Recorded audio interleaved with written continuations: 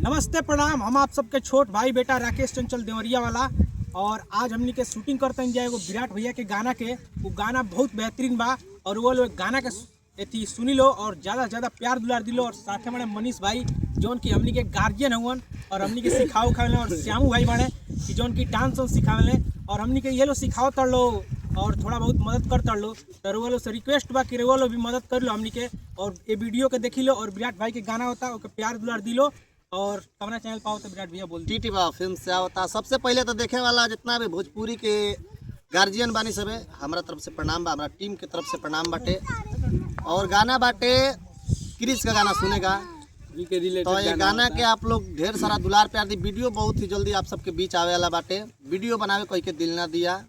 आज हमारा राकेश भैया भाई के सपोर्ट करतनी और रहुओ सब सपोर्ट करी।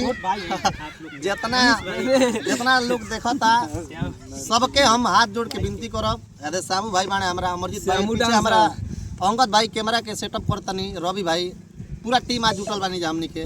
आप लोग देख सकता है लोकेशन कितना सुंदर बा। लोकेशन तुम दिखा दो भैया, चारों ओर के दिखा दो, हेने के दिखा दे। तो आप लोग वीडियो में बनल रही और ज्यादा से ज्यादा दोनों भाई के पूरा टीम के सपोर्ट करी। और मनीष भी बोलता है इन्हों के वीडियो बहुत मस्त आवेल पे हमारे भाई, बहुत मजा आई वीडियो देखे में। तो आप सब वीडियो में बनल रही। और विराट भाई के गाना जो ना होता वो पे आप लोग के रिक्वेस्ट बा कि आप लोग इंस्टाग्राम पर जाई लो और वो गाना के रील जरूर बनाई लो।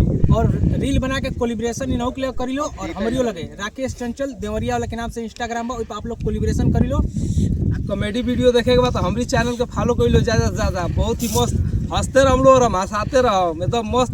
कबो सेट ना रखम आप सबके तो ज्यादा प्यार दिलो।